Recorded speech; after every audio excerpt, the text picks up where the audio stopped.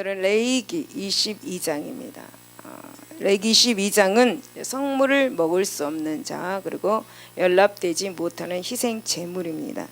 그래서 먼저는 이제 1절부터 16절을 보면은 성물에 관한 그런 규례입니다. 그리고 성물을 먹을 수 없는 자에 대해서 말씀하고 있습니다. 여러분, 이스라엘 백성들은 하나님의 성소를 섬기기 위해서 특별히 선택된 그런 자들이었습니다. 그러기에 제사장들은 일평생 하나님의 성소를 섬기면서 이스라엘 백성들을 위해서 희생 제사를 드리는 일에만 그렇게 전념해야 했죠. 따라서 이스라엘 백성들은 이런 거룩한 일에 평생을 헌신하는 제사장들의 생계를 책임질 그런 의무가 있었습니다. 바로 이런 맥락에서 제정된 것이 바로 제사장들의 몫입니다. 즉, 하나님께 드려지는 희생 제물의 일부는 반드시 제사장과 그들 가족을 위해 따라서 구별되어야 했습니다. 이러한 제사장의 몫에는 다음과 같은 것들이 있습니다. 첫 번째 보면 소제물의 일부입니다. 그리고 속건 제물과 그리고 족장 및 이스라엘 평민들을 위해서 드리는 이 속죄 제물의 전부입니다. 그리고 제물의 피와 기름은 하나님께 드려지는 것으로서 마땅히 제외되었습니다. 세 번째는 번제 해상 제물의 그런 가죽, 그리고 네 번째는 요제로 드려진 희생 제물의 가슴 부위입니다. 그리고 거제로 드려진 화목제 희생 제물의 오른편 뒷다리입니다. 그리고 하나님께 드린 그 곡식과 첫 소산물, 그리고 성소의 떡상에서 물러나온 이 묵은 진설병입니다. 여러분, 이러한 제사장의 몫은 거룩하고 신령한 식물들이었습니다. 그리고 이 식물들 가운데 일부는 제사장이 거룩한 그 성소에서 먹었습니다. 그러기에 제사장이 성소에서 나온 이 식물을 취하는 것은 단순한 생계 수단의 차원을 넘어서 거룩한 제사 의식의 일부이기도 하였습니다. 따라서 여러분, 이 식물은 하나님의 성소에 있는 여러 성물들과 동일한 성물로 이렇게 여겨졌죠. 또 제사장과 그 가족이라 하여도 함부로 그렇게 이 식물을 먹을 수는 없었습니다.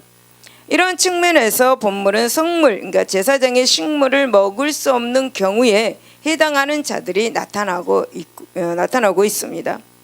여러분, 제사장이 하나님으로부터 이렇게 성물을 받고 그 거룩한 음식을 먹는 것은 바로 우리 왕 같은 제사장된 우리들이 그리스도로 말미암아 신령한 식물과 그리고 음료를 공급받고 하나님과 친교하면서 교제하는 것을 생생하게 보여주는 그런 것입니다. 그리고 여러분, 이것은 장차 영원한 천국에 참여하게 될 우리들의 아름답고 그리고 영광된 미래의 상을 예시해 주는 것이기도 합니다.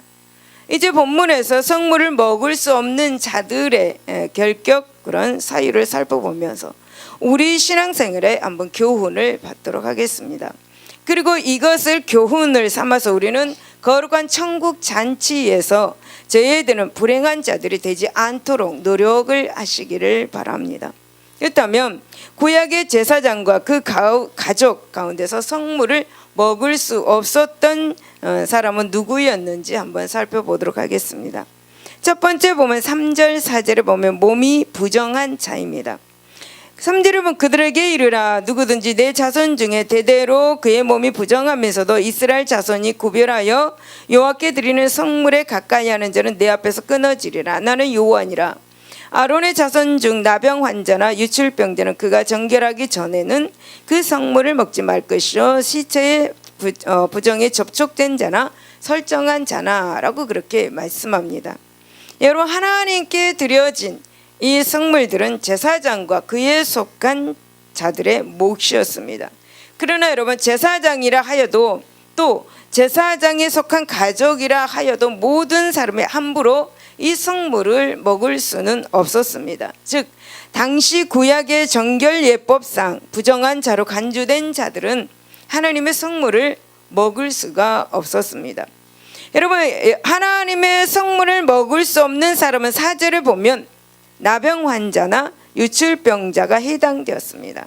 그리고 또한 시체 가까이 접근한 자나 설정해서 몸이 부정하게 된 자도 포함이 됩니다. 이런 사실은 하나님 앞에서 부정을 입는 자는 외에 없이 거룩한 성물을 먹을 수 있는 신령한 자리에서 제외될 수밖에 없었습니다.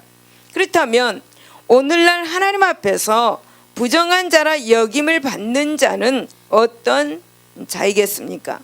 여러분, 그것은 육신이 나병으로 온통 일그러진 추하게 되었듯이 그 심령이 하나님 안에서 온갖 죄와 허물로 일그러져 보기 흉하게 된 자를 말하고 있습니다.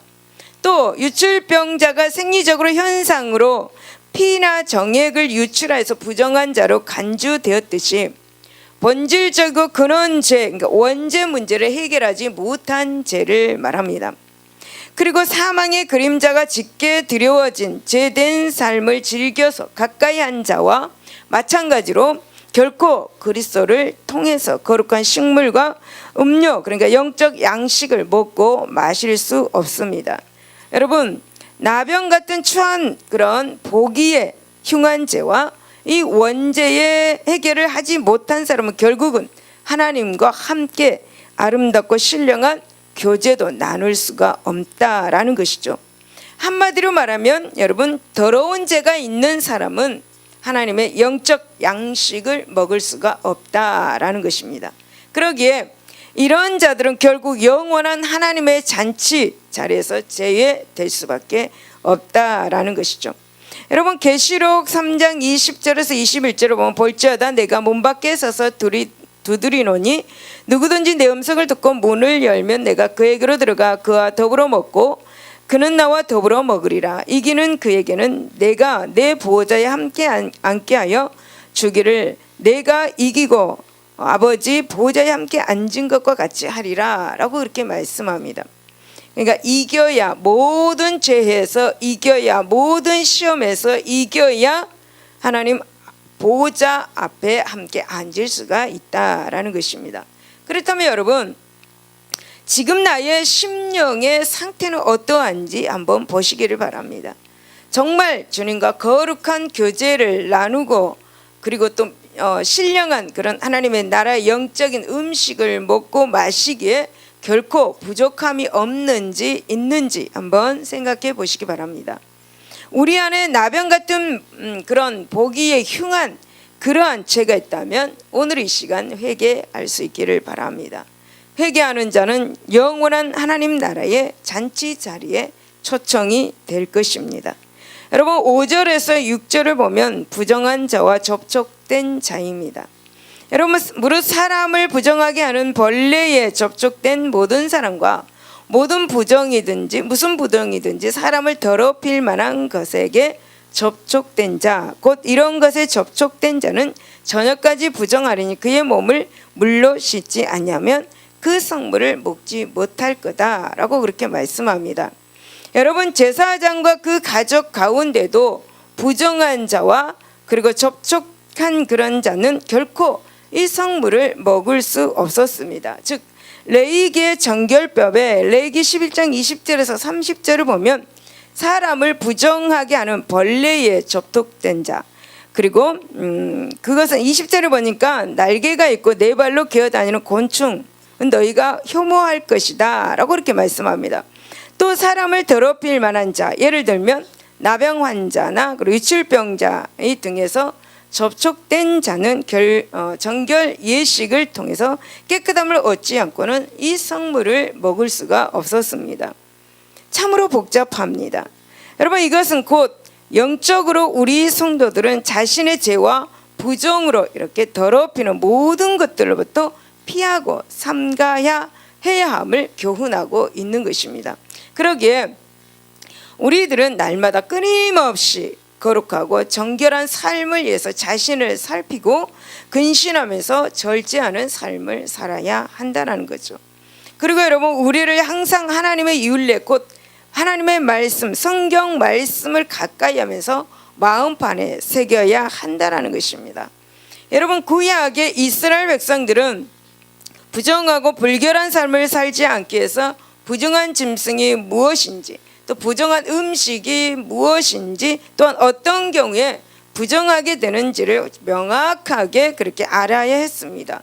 그래서 하나님께서 말씀하신 신명기 6장 4절 9절에서 이스라엘아 들으라, 우리 하나님 여호와는 오직 유일한 하나님이시니 너는 마음을 다하고 뜻을 다하고 힘을 다하여 내 하나님 여호와를 사랑하라. 오늘 내가 내게 명하는 이 말씀을 너는 마음에 새기고 라고 그렇게 말씀하는 것처럼 이스라엘 백성들의 이 말씀을 받들어서 끊임없이 하나님의 말씀을 가까이 하면서 그 자녀들을 어려서부터 말씀으로 그렇게 양육을 하였습니다.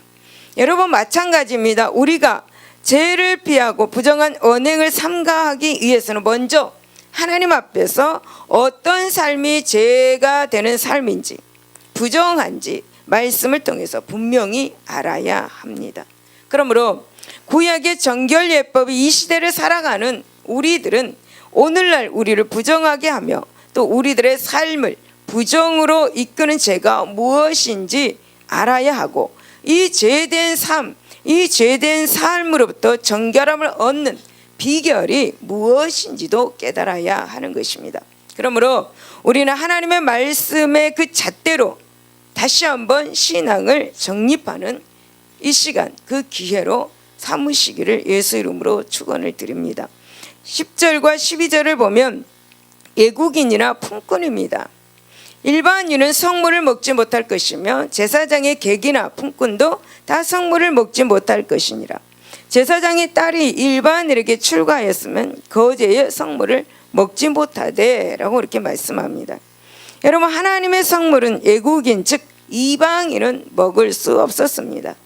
또한 제사장 집에서 잠시 신세를 지는 객이나 제사장 집에서 한시적으로 일을 하는 품꾼 그리고 제의가 되었습니다. 이뿐만이 아니라 제사장의 딸이지만 외국인과 결혼하여서 그 호적을 옮긴 자 역시 성물을 먹을 수 없었습니다. 여러분 반면에 제사장이 돈으로 이렇게 사서 제사장 집안의 권속으로 인정을 받은 종은 성물을 먹을 수 있었습니다.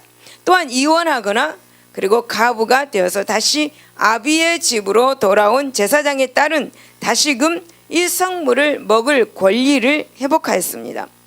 여러분 이 세상에서 이렇게 성물을 먹을 수 있는 자와 먹지 못할 자를 자세하게 관찰하면 여기에는 하나의 공통점을 발견할 수가 있습니다. 즉 어떤 모양이로든지 제사장과 혈연 관계를 지속하며 제사장의 그런 호적에 입적되어 있거나 제사장의 권속으로 인정을 받는 자는 성물을 먹을 수 있었다라는 거죠. 반면에 단순히 며칠 제사장의 집에 머물거나 그리고 제사장과는 아무 혈연 관계가 없는 자, 또 여러 가지 이유, 또 결혼 등으로 인해서 제사장의 호적에서 제외된 자는 성물을 먹을 수가 없었습니다. 따라서 여러분 우리는 여기에서 놀라운 한 가지 진리를 발견할 수가 있습니다. 바로 하나님과 거룩한 교제를 나누며 또 하나님의 잔치상에 참여할 이 영광을 누리기 위해서는 대제사장이 되신 예수 그리스도로부터 구속의 은혜를 입고 그분의 자녀로 인정을 받아야 한다라는 사실입니다. 다시 말씀을 드리면 진정으로 예수 믿고 구원받는 하나님의 자녀들이라는 것이죠. 여러분 이런 사람들은 하나님이 잘 알지 못하는 외국인과 같은 자들이 되어서는 안 되는 것이죠. 또 그저 주님의 집에 잠시 거처하는 그런 나그네와 같은 자가 되어서도 안 되는 것입니다. 또한 주의 품에서 벗어나서 이방신을 주인으로 삼아서도 안 된다라는 것입니다. 사랑하는 여러분, 하나님의 자녀는 괴로우나 즐거우나 부하거나 빈하거나 일편단심 하나님을 아버지로 주인으로 인정하고 그분의 품 안에 안기고 그분으로 말미암아 즐거워해야 하는 것입니다. 여러분 이러할 때 참으로 우리 성도는 영원한 하늘 양식을 먹고 마시는 축복을 누리게 되는 것입니다. 사랑하는 여러분, 구약의 제사장들은 하나님께 드려진 성물을 그들의 음식으로 삼았습니다. 마찬가지로 우리들은 하나님께 속죄 제물로 또한 화목 제물로 드려진 예수 그리스도를 우리의 식물로 삼아야 하는 것입니다. 무슨 뜻입니까? 즉 예수 그리스도를 통해 나오는 말씀을 하늘 양식으로 또한 영원한 생수로 삼고 먹고 마셔야 한다라는 것입니다. 그러기 위해서 성도는 정결한 삶을 살아야 하는 것이죠. 또한 육신을 부정케 하는 모든 세상의 제약을 피하고 삼가야 해야 하는 것이죠. 뿐만 아니라 어떤 상황 속에서도 하나님을 떠나지 않고 걸어가신 그 하나님의 자녀로 하나님과의 관계를 유지해야 하는 것입니다. 여러분, 바로 이것이 장차 우리에게 임할 천국 잔치에 참여할 수 있는 비결인 것을 여러분 믿으시기를 바랍니다. 할렐루야. 17절에서 33절을 보면 희생제물에 관한 규례입니다. 주께 연락되지 못하는 희생제물에 대해서 말하고 있습니다. 여러분, 구약 이스라엘 백성들은 제사 목적에 따라서 5가지의 제사를 드렸습니다. 즉 번제, 소제, 화목제, 그리고 속죄제, 그리고 속건제가 그것입니다. 이 가운데서 또 이 화목제는 특별히 제사의 성격에 따라서 3가지로 구분되고 있습니다. 하나님의 축복과 은혜에 감사드리는 감사제, 그리고 소원을 목적으로 드리는 서원제, 그리고 자발적으로 드리는 자원제가 그것입니다. 여러분, 5가지 제사는 그 방법에 따라서 불에 태워 드리는 화제, 제물을 높이 흔들어서 드리는 거제, 그리고 제물을 아래 위 혹은 앞뒤로 흔들어 드리는 요제입니다. 포도주를 부어서 드리는 전제 등 4가지로 구분되고 있습니다. 그러기에 대개 제사는 여러 가지 방법이 중복되어 드려졌습니다. 예를 들면 번제는 화제와 전제의 그 방법으로 드려졌고, 화목제 시에는 거제와 유제의 제사 방법이 사용되었습니다. 그리고 이들 제사 시에는 어김없이 희생 짐승이 하나님께 드려졌습니다. 본문은 이들 제사가 드려질 때 삼가해야 할 제물, 즉 결격 사유가 있는 제물의 신뢰를 보여주고 있습니다. 이것은 이스라엘 백성들이 하나님께 연락되는 제사를 드리도록 교훈하고 있는 것이죠. 하나님께 드리는 모든 것이 100% 모두 하나님을 기쁘시게 한다는 보장은 없습니다. 왜냐하면 하나님께 드리는 제물 가운데에 하나님의 뜻에 어긋나는 바람직하지 못한 제물도 있기 때문입니다. 그렇다면 여러분, 과연 어떤 제물이 정녕 하나님을 기쁘시게 하면서 하나님께 연락이 되겠습니까? 본문을 살펴보면서 올바른 헌금 자세와 예배 자세에 대해서 교훈을 나누도록 합시다. 첫 번째 보면 20절하고 25절에 보면 흠이나 결점이 있는 가축입니다. 여러분, 20절에 보면 흠 있는 것은 무엇이나 너희가 드리지 말 것은 그것이 기쁘게 받으심이 되지 못할 것임이라. 너희는 애국인에게서도 이런 것을 받아 너희의 하나님의 음식으로 드리지 말라. 이는 결점이 있고 흠이 있는 것인즉 너희를 위하여 기쁘게 받으심이 되지 못하는 것이다 라고 이렇게 말씀하고 있습니다. 여러분, 흠이나 결점이 있는 가축은 결코 하나님께 드려서는 안 되었습니다. 즉 눈이 멀었거나 상처가 있는 것, 상한 것, 그리고 불구, 그리고 몸에 칼자국이 있는 것, 종기 있는 것, 그리고 버짐이 난 것, 그리고 발에나 눈 등에 서로 짝이 맞지 않아서 한쪽이 길고 다른 한쪽이 짧은 것 등 조그마한 흠집이라도 있는 것은 결코 제물로 그렇게 사용해서는 안 되었던 것이죠. 왜냐하면 이런 제물들은 제사 드리는 자의 심령 상태가 하나님 앞에서 올바르지 못함을 예형적으로 보여주기 때문입니다. 사실 여러분, 물질이 있는 곳에 그 마음이 있다는 예수님의 말씀대로 흠 있는 제물, 그리고 결점 있는 제물은 하나님께 드리는 자는 그 마음이 흠과 결점 투성임을 잘 보여주고 있는 것입니다. 여러분, 실제로 이런 자들은 그 심령이 진리의 눈먼 자들이요 비뚤어진 자들이고 저름바리와 같은 사람들입니다.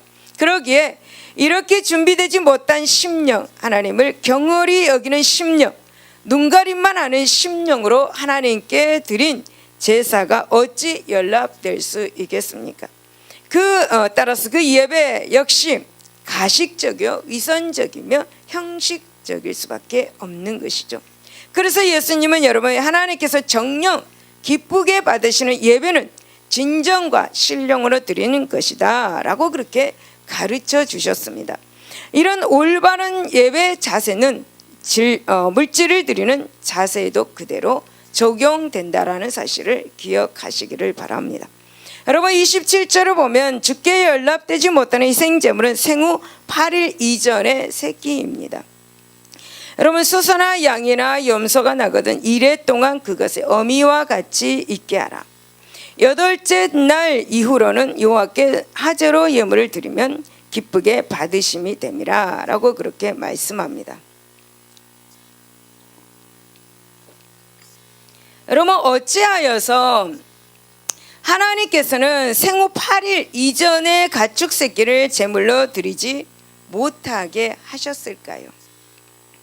이것은 먼저는 하나님의 자비와 긍휼이 잘 나타나고 있습니다.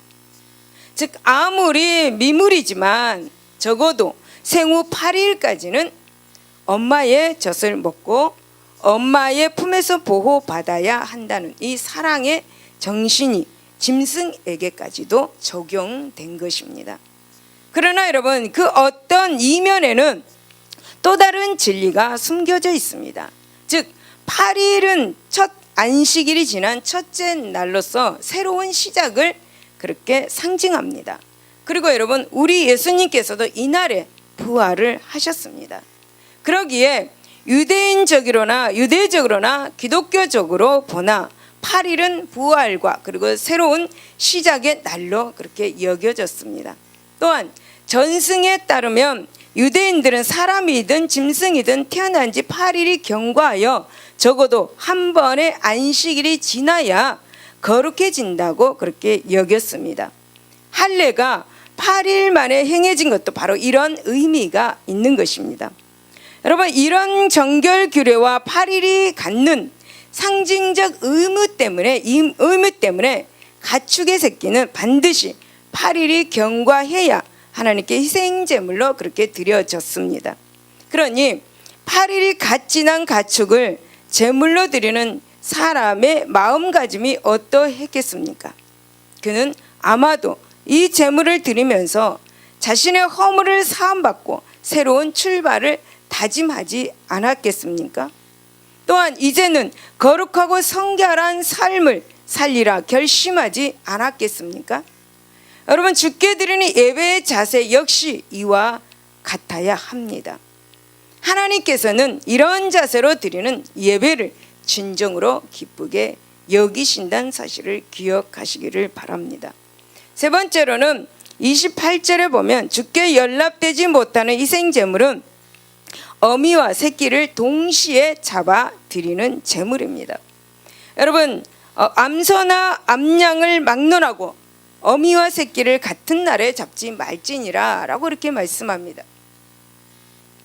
여러분, 가축의 어미와 새끼를 동시에 제물로 잡아 드리는 행위는 엄격하게 금지되었습니다. 왜냐하면 이것은 부모와 자녀의 사랑과 예정을 깨뜨리는 행위였기 때문입니다. 사실 여러분, 인간에게는 모든 피조계를 다스리고 지배하는 특권이 부어졌습니다. 그렇지만 여러분, 아무리 피조물이라 하더라도 이들 짐승을 잔인한 방법으로 가혹하게 다루는 것은 바람직하지 못합니다. 또 피조계를 향한 하나님의 창조 질서와 섭리에도 어긋난 것입니다. 여러분, 한번 생각해 보십시오. 건전한 이성과 상식을 가진 사람이라면 가축의 어미와 새끼를 동시에 제물로 드릴 수 있겠습니까? 그러기에 이 제물은 인륜을 거스리는 제물이요, 하나님의 사랑과 자비 정신을 저버리는 그런 제물이 될 수밖에 없는 것입니다. 여러분, 마찬가지입니다. 인륜을 저버리면서까지 획득한 물질, 긍휼과 자비를 무시하면서까지 얻은 물질, 이런 물질과 그 물질로 드려지는 예배는 결코 하나님께 연락될 수가 없는 것입니다. 그리고 이런 물질은 하나님께서 제정하신 신성한 노동의 원리에도 위배됨을 알아야 합니다. 그러므로 우리는 하나님께서 기쁘시게 여기시는 헌물을 드리시고 또 참 예배를 드리는 저와 여러분이 되시기를 바랍니다. 여러분, 본문은 계명 준수에 대한 명령으로 이렇게 끝을 맺고 있습니다. 즉 하나님께서는 연락되지 못하는 제물들의 그 경우를 가르치신 뒤에 이런 희생 제물들을 삼가고 정녕 당신께 연락되는 제물과 제사를 드리도록 당부하셨습니다. 그리고 여러분, 이 규례들을 반드시 지키라고 명령하셨습니다. 이런 하나님의 명령은 4,000년이 지난 오늘날 우리들에게도 이 성경을 통해서 동일하게 주어지고 있습니다. 그렇다면 오늘날 우리들의 예배와 헌금 자세는 어떠해야 하겠습니까? 그것은 여러분 이선적이고 형식적인 자세를 버리는 것입니다. 또 하나님의 은혜를 사모하며 하나님의 거룩하심을 본받아서 성결하게 살기로 각오하고 다짐하는 마음 자세입니다. 그리고 마지막으로 정당하게 얻은 재물을 감사함으로 드리는 자세입니다. 이런 자세가 아름답게 조화를 이룰 때에 우리는 정녕 하나님께서 기뻐하시는 예물과 물질을 드릴 수 있다는데 여러분 기억하시기를 바랍니다. 하나님이 기뻐하시는 물질과 예배를 드리시는 저와 여러분 되시기를 예수 이름으로 축원을 드립니다. 기도하겠습니다. 하나님 아버지 감사합니다. 오늘 성물을 먹을 수 없는 자 그리고 주께 연락되지 못하는 희생 제물에 대해서 우리가 말씀을 나누었습니다. 하나님, 몸이 부정한 자와 접촉한 자 그리고 외국이나 품꾼들은 성물을 먹을 수 없는 자들이었습니다. 예수 믿고 구원받고 하나님 안에 있는 자들만이 하나님의 음식을 먹을 수 있다라고 말씀하셨습니다. 또한 주께 연락되지 못하는 희생 제물은 흠이나 결점 있는 가축이라고 말씀합니다. 생후 8일 이전의 새끼입니다. 그리고 어미와 새끼를 동시에 잡아들이는 제물입니다. 하나님, 우리에게 하나님께서 이렇게 말씀하시는 것은 올바른 헌금과 올바른 물질과 올바른 예배를 하나님께 드리라고 말씀하신 줄로 믿습니다. 하나님 주시는 하나님의 기쁨을 우리는 마음껏 우리가 즐기고 또한 하나님께 드리는 그 헌물과 예배를 마음껏 주님 앞에 자유롭고 해방되는 그런 하나님의 말씀을 가지고 진리를 가지고 하나님 앞에 나아가는 우리 모두가 되게 하여 주시옵소서. 감사하며 예수 이름으로 기도드리옵나이다. 아멘. 할렐루야. 여러분 무슨 말씀인지 아시겠습니까? 우리 교회 성도분들은 다 하나님께서 주신 지혜가 있어가지고 이렇게 잘 깨닫는 것을 볼 수가 있습니다. 레이기는 정말 힘든, 정말 우리들이 깨닫지 못하는, 우리들이 이해할 수 없는 것들이 많이 말씀에서 나오고 있습니다. 성경에서 제일 어려운 책이 어떤 책이냐? 그러면 레이기라고 모든 사람들은 이야기를 합니다. 그러나 우리 교회 성도님들은 지혜가 넘치셔서 다 이해하고 깨닫고 깨달은 줄로 믿습니다. 할렐루야. 그 오늘 제가 여러분에게 말씀한 이 말씀을 참 마음판에 새겨서 예수 그리스도 안에서만이, 하나님 안에서만이 우리가 하나님의 말씀을 읽고 그 말씀을 먹고 마실 수 있다라는 것, 그리고 또 하나님께서 주신 물질 정당한 방법으로 벌어서 하나님께 드릴 수 있는 그런 물질, 하나님 앞에 예배를 드릴 수 있는, 올바른 예배 드릴 수 있는 그러한 것 여러분 꼭 기억하셔서 하나님이 기뻐하시는 예배와 헌물을 드릴 수 있도록 해주시기를 바랍니다. 할렐루야. 찬양 하나 하고 우리 기도하겠습니다. 무슨 찬양할까요?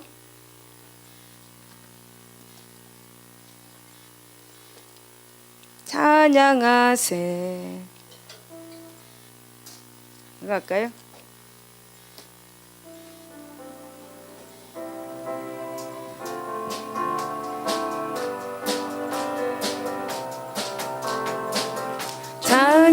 찬양하세 찬양하세